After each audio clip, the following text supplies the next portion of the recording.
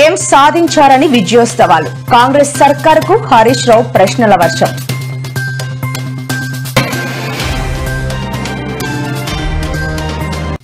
మత్స్యకారులకు Pawan Kalyan good news 100 రోజుల ప్రణాళిక అమలుపై సమీక్ష.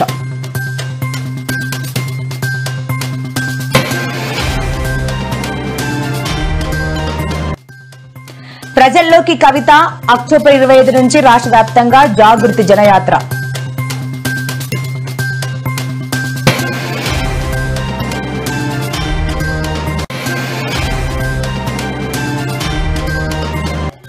క్యూఆర్ కోడ్ ఒక డ్రామా అన్న పెర్ని నాని 17 నెలలుగా టీడీపీ నేతలే నకిలీ మద్యం సరఫరా చేశారని ఆరోపణ.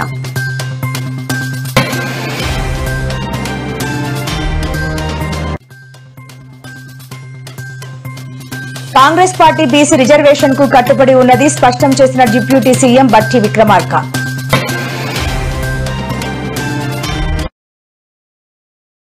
ఏం సాధించామని కాంగ్రెస్ ప్రభుత్వం విజయోత్సవాలకు సిద్దమవుతోంది అని మాజీ మంత్రి సిద్దిపేట ఎమ్మెల్యే హరీష్ రావు సూటిగా ప్రశ్నించారు. 23 నెలల పాలనలో ఏం సాధించారు?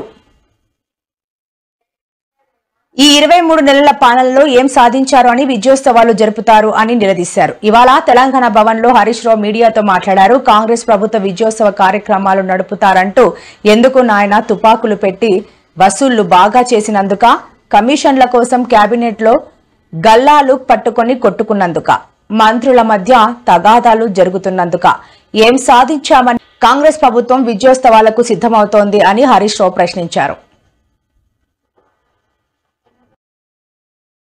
పాలన గాడి తప్పింది, వ్యవస్థలు కుప్పగూలిపోతా ఉన్నాయి, రాష్ట్రంలో అరాచకత్వం ఇలా నెలకొన్నటువంటి పరిస్థితి ఉంది. దీని మీద కేంద్ర ప్రభుత్వం విచారణ జరపాలని మేము డిమాండ్ చేస్తా ఉన్నాం. ఇప్పుడు ఇది మేం చెప్తున్నది కాదు కదా, స్వయంగా మంత్రి కుటుంబ సభ్యులే చెప్తా ఉన్నారు.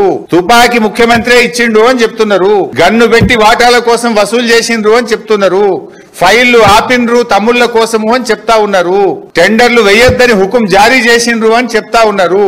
ఇంత ఓపెన్ గా అవినీతి గురించి ఒక కేబినెట్ మంత్రి కుటుంబ సభ్యులే చెప్తా ఉంటే ఇంకా సిగ్గు లేకుండా మాట్లాడుతున్నారు. దీని మీద కేంద్రం స్పందించాలి, ఒక ఇండిపెండెంట్ జ్యుడిషియల్ కమిషన్ తో విచారణ జరపాలి, కేంద్ర ప్రభుత్వ సంస్థల చేత విచారణ జరపాలని చెప్పి మేము బీఆర్ఎస్ పార్టీ తరఫున డిమాండ్ చేస్తున్నాం. కేబినెట్ అనేది ఈ రోజు 1 కాదు 2 కాదు 6 డజన్ వర్గాలుగా విడిపోయినటువంటి పరిస్థితి, గ్రూపులుగా విడిపోయింది కేబినెట్ మీటింగ్. ఇవాళ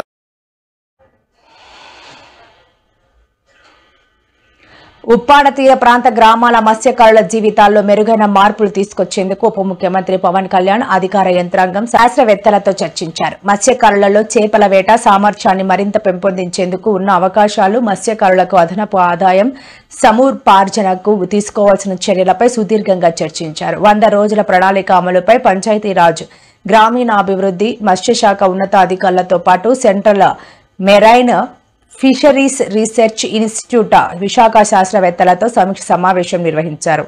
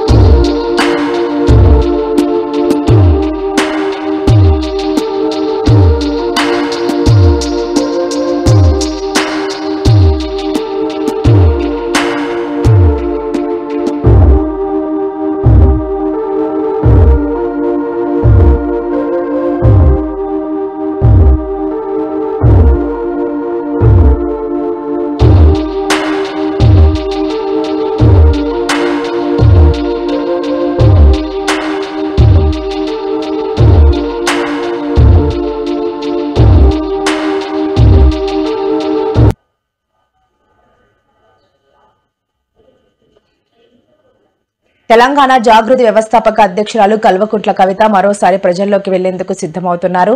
ప్రజా సమస్యలను నేరుగా తెలుసుకుని ప్రభుత్వ హామీల అమలుపై దృష్టి సారించే లక్ష్యంతో రాష్ట్ర వ్యాప్తంగా జాగృతి జనయాత్ర చేపట్టనున్నారు. ఈ నెల 25వ తేదీ నుంచి ఈ యాత్ర ప్రారంభం కానున్నట్లు జాగృతి నాయకులు అధికారికంగా వెల్లడించారు.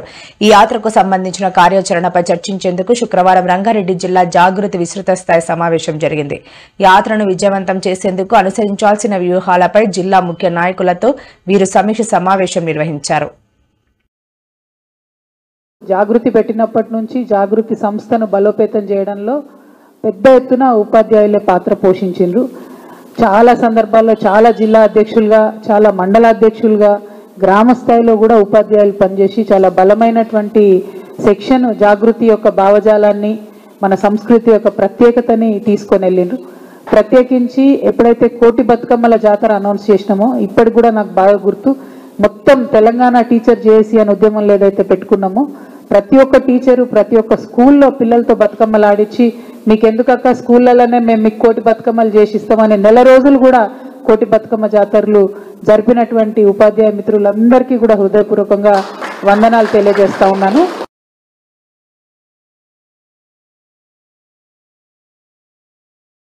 తెలంగాణ జాగృతి మీ అందరికీ తెలుసు, బీసీల పక్షపాతిగా ఉన్నటువంటి సంస్థ, బీసీల కోసం గలమెత్తి పనిచేస్తున్నటువంటి సంస్థ.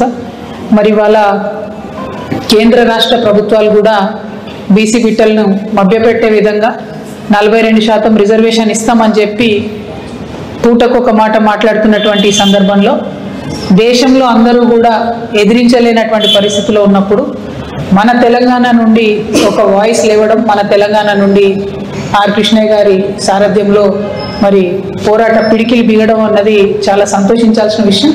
ఖచ్చితంగా రేపు చేపట్టేటటువంటి బంద్లో ఎక్కడికక్కడ తెలంగాణ వ్యాప్తంగా తెలంగాణ జాగృతి శ్రేణులందరం కూడా పాల్గొంటామని ఈ సందర్భంగా మేము తెలియజేస్తూ, మరి ఇది ప్రారంభమే, ఇంకా పెద్ద ఎత్తున పోరాటాలు కూడా బీసీల పక్షాన చేయాల్సినటువంటి అవసరం ఉంది. అల్టిమేట్గా కులగణన జరగాలి. పార్లమెంట్లో బీసీల రిజర్వేషన్ చట్టం పెట్టి రాజ్యాంగ సవరణ ద్వారా మాత్రమే మన హక్కులను కాపాడుకోబడుతుంది అని చెప్పి చాలా బలంగా జాగృతి నమ్ముతున్నది. దానికోసమే అల్టిమేట్ గోల్గా పోరాటం కూడా చేస్తాం.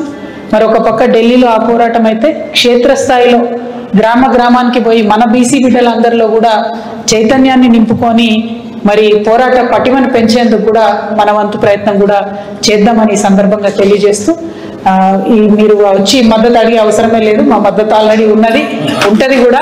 కానీ మీరు జాగృతి సంస్థ పట్ల చూపెట్టినటువంటి గౌరవానికి మనస్ఫూర్తిగా నమస్కారాలు తెలియజేస్తూ, నాకు జాగృతి దేశంలో మద్యం అమ్మకాలపై ప్రభుత్వం ప్రవేశపెడుతున్న క్యూఆర్ కోడ్ విధానం ఒక పెద్ద డ్రామా అని రాష్ట్ర వ్యాప్తంగా వెలుగు చూసిన కల్తీ మద్యం దందాను కప్పిపుచ్చేందుకే ఈ నాటకాలకు తెరలేపారని మాజీ మంత్రి వైసీపీ నేత పెర్ని నాని విమర్శించారు. మద్యం బాటిళ్లపై క్యూఆర్ కోడ్ విధానాన్ని తామే కనిపెట్టినట్లు ముఖ్యమంత్రి చంద్రబాబు గొప్పలు చెప్పుకోవడం హాస్యాస్పదంగా ఉందని ఆయన ఎద్దేవా చేశారు. జగన్ ప్రభుత్వ హయాంలోనే ఫ్యాక్టరీ నుంచి వచ్చే ప్రతి మద్యం బాటిళ్లకు క్యూఆర్ కోడ్ ఉండేదని గుర్తు చేశారు. ఏ స్థాయిలోకి తీసుకొని పోయినారు అని అంటే, లిక్కర్ అనేది మన పార్టీ హయాంలో ఎక్కడ కూడా ఎటువంటి అవకాశం కూడా ఉండకూడదు, లిక్కర్లో క్వాలిటీ అనేది ఒక అంశంగా కూడా ఉండకూడదు అనే ఉద్దేశంతో వైఎస్ఆర్సీపీ హయాంలో ఏకంగా లిక్కర్ తయారు చేసే కంపెనీలు ప్రఖ్యాతగాంచిన డిస్టిలరీస్ నుంచే ప్రొక్యూర్ చేసేటివి. అవి కూడా 20 ఎంపానల్డ్ డిస్టిలరీస్ కూడా మనం ఎంపానల్ చేసినవి కాకపోయినా కూడా they are all empanelled distilleries. వాటి నుంచి మాత్రమే ప్రొక్యూర్మెంట్ జరిగేది. అక్కడ కూడా క్వాలిటీ చెక్ జరిగేది.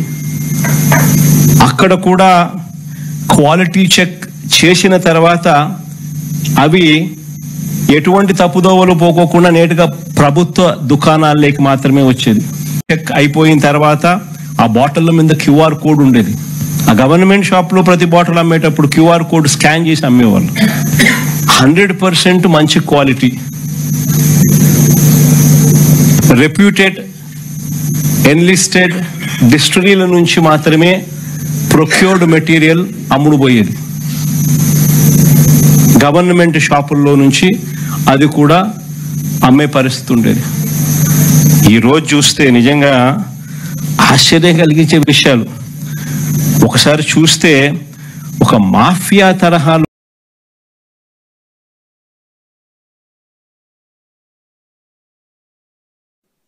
జగన్ క్యూఆర్ కోడ్ అనేది అంటే మద్యం అమ్మకాలలో క్యూఆర్ కోడ్ అనేది ఒక సరికొత్త విధానం ప్రపంచంలోనే ఆంధ్రప్రదేశ్ రాష్ట్రంలో ప్రవేశపెట్టారని, క్యూఆర్ కోడ్ ద్వారా మాత్రమే అమ్మకాలు జరుగుతాయి అని చెప్పని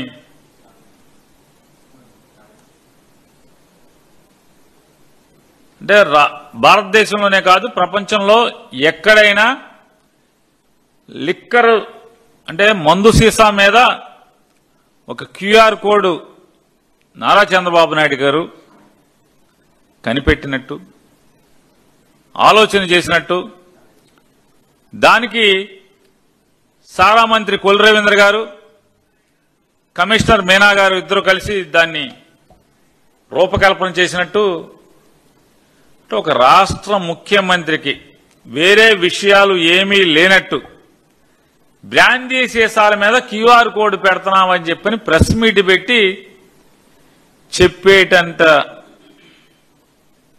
ఖాళీగా ఉన్నాడు నారా చంద్రబాబు నాయుడు గారు.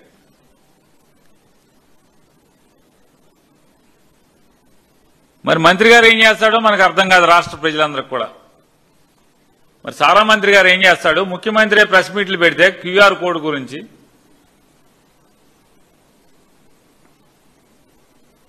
ఆ సారా మంత్రి గారు ఇంకా గొప్పోడు,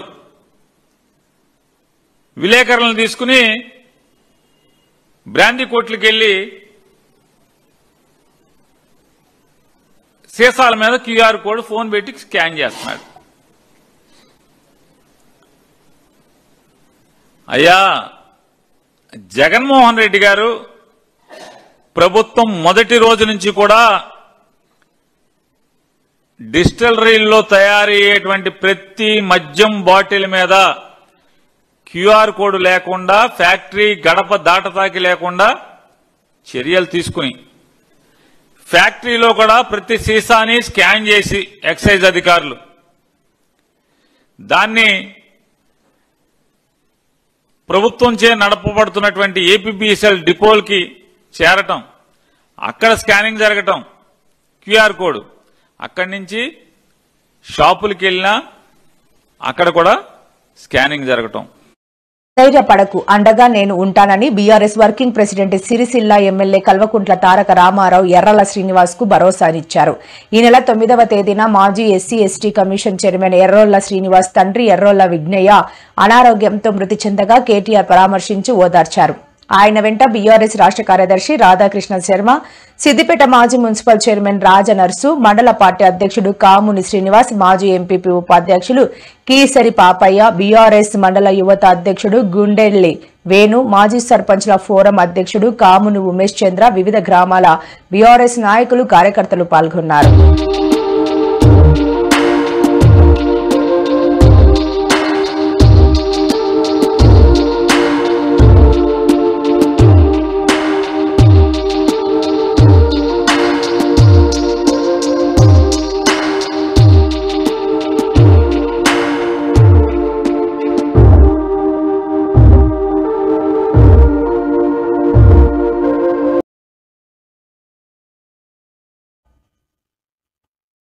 కాంగ్రెస్ పార్టీ 42% బీసీ రిజర్వేషన్ బిల్లుకు కట్టుబడి ఉన్నామని రాష్ట్ర డిప్యూటీ సీఎం బట్టి విక్రమార్క తెలిపారు. ఖమ్మం సంజీవరెడ్డి భవన్ లో ఏర్పాటు చేసిన విలేకరుల సమావేశంలో ఆయన మాట్లాడారు. 9వ షెడ్యూల్ ప్రకారం బీసీ రిజర్వేషన్ బిల్లు పెట్టాలని కేంద్రాన్ని అడిగితే పట్టించుకోలేదని ఆరోపించారు. బీసీ రిజర్వేషన్ బిల్లును అసెంబ్లీలో ఆమోదించి రాష్ట్రపతి ఆమోదానికి పంపించినా కూడా నెలల తరబడి బిల్లు గురించి పట్టించుకోవడం లేదని తెలిపారు. రేపు జరగబోయే బంద్ బీజేపీ బిల్లు ఆపినందుకే వ్యతిరేకంగానే బంద్ కార్యక్రమం ఉంటుందన్నారు. విలేకరుల సమావేశంలో నాయకుడు తదితరులు పాల్గొన్నారు.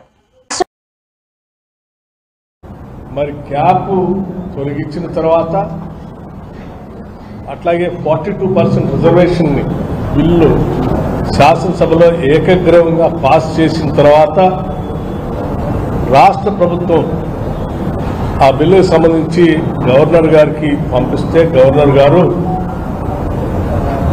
భారత రాష్ట్రపతికి అంటే భారత ప్రభుత్వానికి భారతీయ జనతా పార్టీ నాయకత్వంలో ఉన్నటువంటి నరేంద్ర మోడీ గారు ప్రధానమంత్రిగా ఉన్న ఈ ప్రభుత్వం కేంద్ర ప్రభుత్వానికి ఈ 2 బిల్లులను పంపించడం జరిగింది.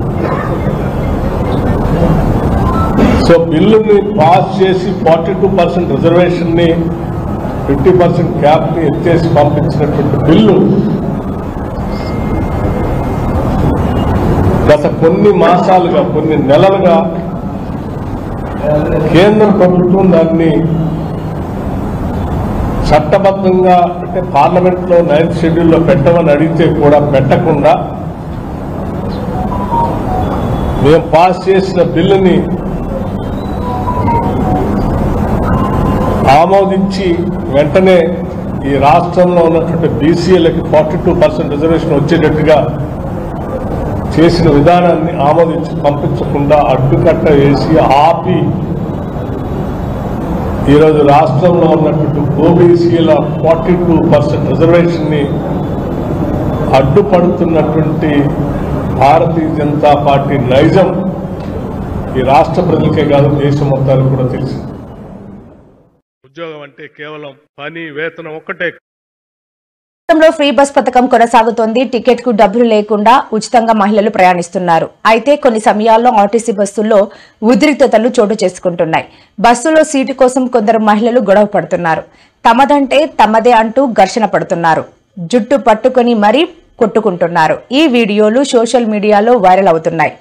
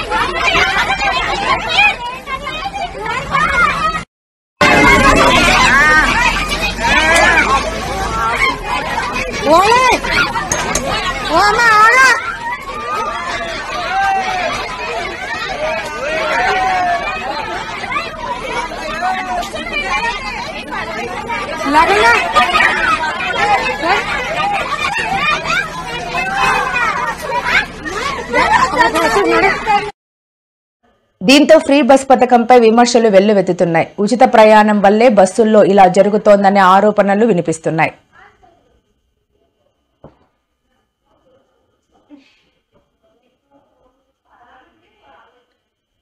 భవిష్యత్తును మార్చేది సంస్కరణలేనని ఏపీ ముఖ్యమంత్రి చంద్రబాబు అన్నారు. మారుతున్న కాలానికి అనుగుణంగా సంస్కరణలు తీసుకురావాల్సిన అవసరం ఉందని చెప్పారు.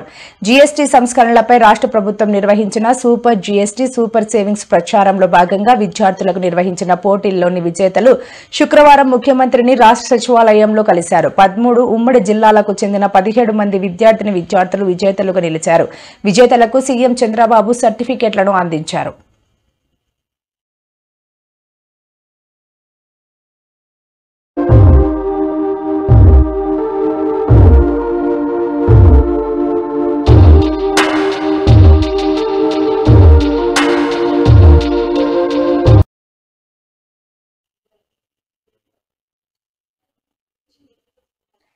స్థానిక సంస్థల్లో బీసీ రిజర్వేషన్లపై కాంగ్రెస్ సర్కార్ బీసీలను ప్రజలకు దగా చేస్తోందని బీజేపీ ఎంపీ డీకే అరుణ తీవ్ర ఆరోపణలు చేశారు. ఇవాళ ఆమె మహబూబ్ నగర్ లో మీడియాతో మాట్లాడుతూ బీసీ రిజర్వేషన్లపై కాంగ్రెస్ పార్టీకి అసలు చిత్తశుద్ధే లేదని తెలిపారు. అసలు ప్రభుత్వ విధానమే సరిగ్గా లేదని, బీసీ రిజర్వేషన్లపై ఇచ్చిన జీవో కోర్టులో నిలబడదని తాను అప్పుడే చెప్పానని కామెంట్ చేశారు. బీసీలను ప్రజలను రాష్ట్ర ప్రభుత్వం దగా చేస్తోందని ఫైర్ అయ్యారు.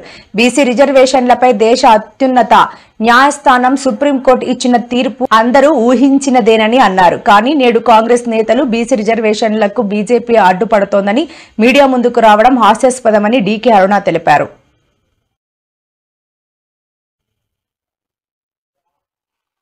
దేశ రాజధాని ఢిల్లీలోని ప్రతిష్టాత్మక ఢిల్లీ యూనివర్సిటీలో ఓ అనూహ్య ఘటన చోటు చేసుకుంది. విద్యార్థి సంఘం నాయకురాలు ఒకరు ఏకంగా పోలీసుల ముందే ఓ ప్రొఫెసర్పై చేయి చేసుకున్నారు.